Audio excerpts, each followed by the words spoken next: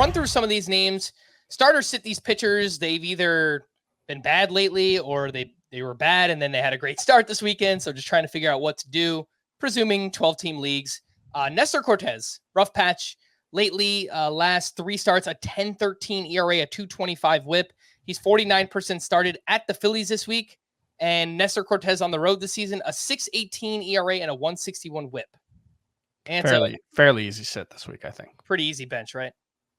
Yeah. I don't think he's a must roster at this point. Well, we just said we'd drop him for Schwellenbach, so. Mm-hmm. Sonny Gray, his struggles continue. He was up against the Nationals, 5 innings, 5 runs allowed, 7 strikeouts, did have 15 whiffs on 90 pitches, but last 5 starts for Sonny Gray, a 6.67 ERA, a 1.55 whip, and he is home against the Rangers this week, 24th in WOBA against righties. I'd start him. I want to call him an automatic start. I'm thinking like a shallower head-to-head league, but I wouldn't be afraid to start him. Kevin Gausman turned in a complete game up against the Rangers. He clearly heard me say that he stinks now, and then he went out and had a great start. But he allowed 3 earned runs. He had 8 strikeouts, had 14 whiffs on 118 pitches. Still gave up lots of hard contact. This was the best the splitter has looked in a while for Kevin Gausman. 72% started at the Yankees this week. What do we do with Kevin Gausman? Oh, boy. I would lean against starting him, but I will point out that his velocity, up about a mile per hour across the board in this start that went so well. That was also true on July 5th, velocity up on everything. And he had 10 strikeouts in 6 innings, 2 earned runs allowed in that start. So it does seem like Gausman is right at the threshold of for his velocity, him being a good pitcher or a bad pitcher.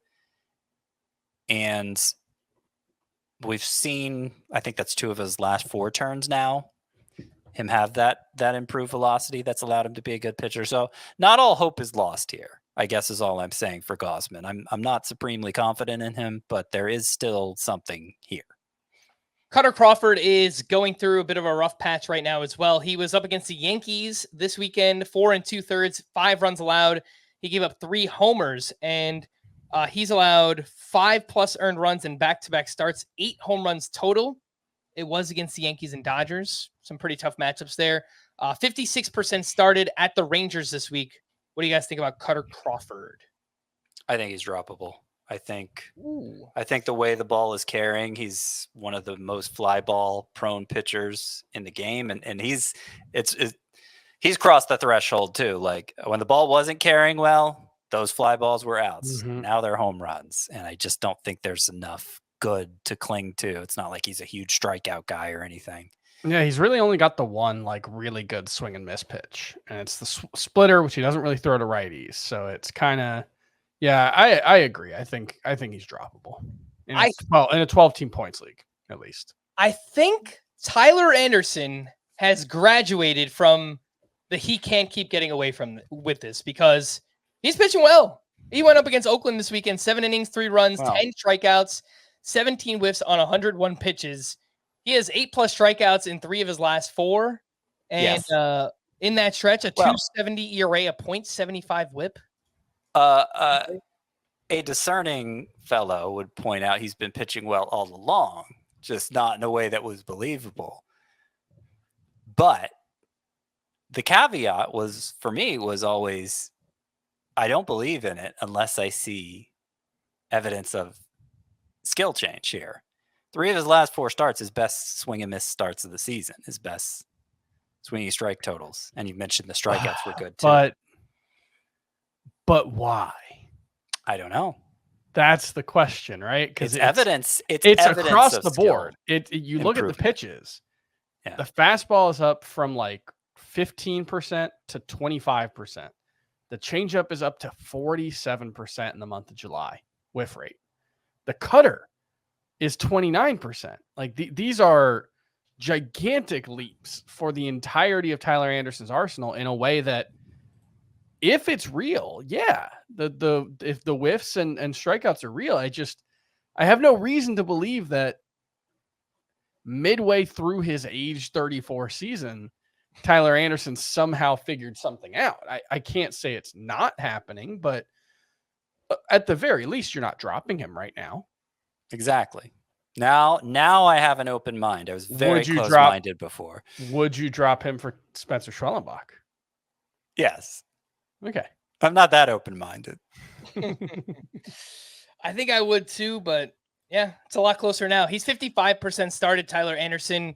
Home against the Mets this week. They are 4th in WOBA against lefties. I'd probably try not to start Tyler Anderson. There's probably a decent chance he doesn't make that start and he makes a start for someone else, right? I don't know if he's been mentioned in trade talks, but he probably should. Yeah. Is he free agent after this year? No, he's not. So he doesn't have to be, but it's hard to imagine you're going to sell higher on him than right now. What about Jose Barrios, who had a huge bounce back start up against the Rangers? 7 innings, 1 run, 5 strikeouts. His previous 8 starts before this, a 6.44 ERA and a 1.41 WHIP. 57% started at the Yankees this week is Jose Barrios. I think he's droppable. I mean, I would feel that way more if he didn't have a track record of being somebody who's not droppable, apart from that one year where he had an ERA over 5, right? So I don't think I could go that far with Barrios. It was obviously encouraged that he finally had a good start after a really rough stretch. I don't know that I'm ready to put him back in my lineup, though. Yeah, especially at the Yankees with Stanton coming back and, they're starting to hit again. So, I think I would try and get away from that. Garrett Crochet struggled against the Mariners this weekend. 3 innings, 5 runs allowed, 3 of those earned. He has gone 4 innings or less in all 4 of his July starts. Garrett Crochet, 78% started. He's at the Twins this week. They are 3rd in WOBA against lefties. I don't know. He's traded. Yeah.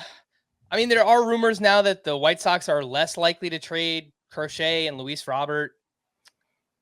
Probably because they're not getting what they want. Look, in a points league where you use him as a reliever, I think it's fine.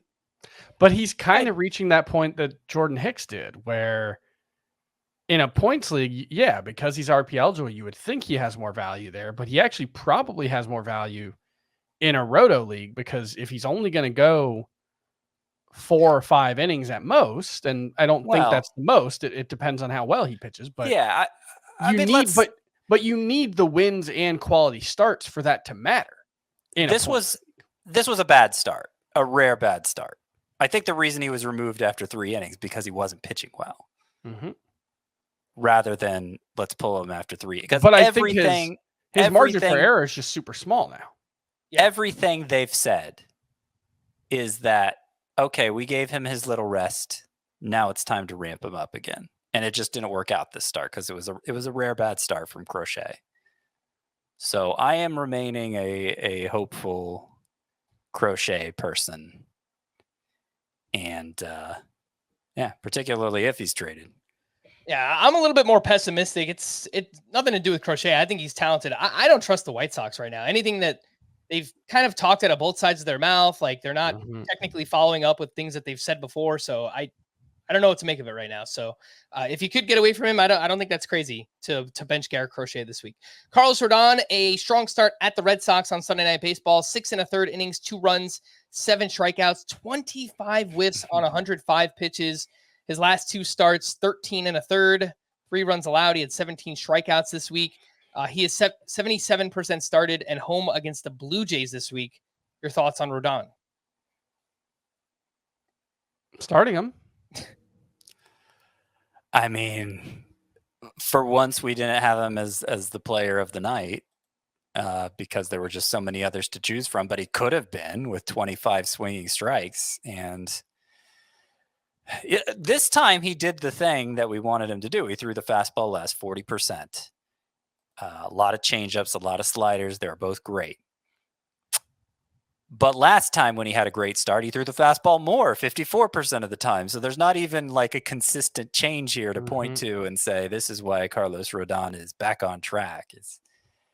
But that's been the problem the whole time, is like the fastball's been terrible for 2 straight years, even though all the physical characteristics look like they did when it was one of the best pitches in baseball. Like that's been the thing that's toughest to figure out about Carlos Rodon, is just none of it really makes a ton of sense. It's all been tough to figure out. So I don't have a strong read on Carlos Rodon one way or the other. I'm starting him right now. I don't expect him to be an ace moving forward, but it's within the realm of possibility now. Sure. What about Tanner Houck? Last 5 starts, a 5.26 ERA, 168 WHIP. Same number of strikeouts as walks, 15-15 over 25 and 2/3 innings. He is at the Rangers this week. Tanner Houck. So it's the walks that concern me more than the strikeouts, because he is elite ground ball guy, and for the first 3 months this year, he was also elite control guy, and that's enough. You don't worry so much about the strikeouts if you have both of those working. But he has 15 walks here in July after having 19 walks across the first 3 months. And it's not like he was known as a control guy, Tanner Houck, before this year. No. So I'm not moving on from him, but I am a little concerned. I will just point out, we're already at the career high in innings for Tanner Houck. He passed that about 3 starts ago. So that's, he's thrown 130-ish more or 30 more innings than last season already. So could just be hitting a wall a little bit.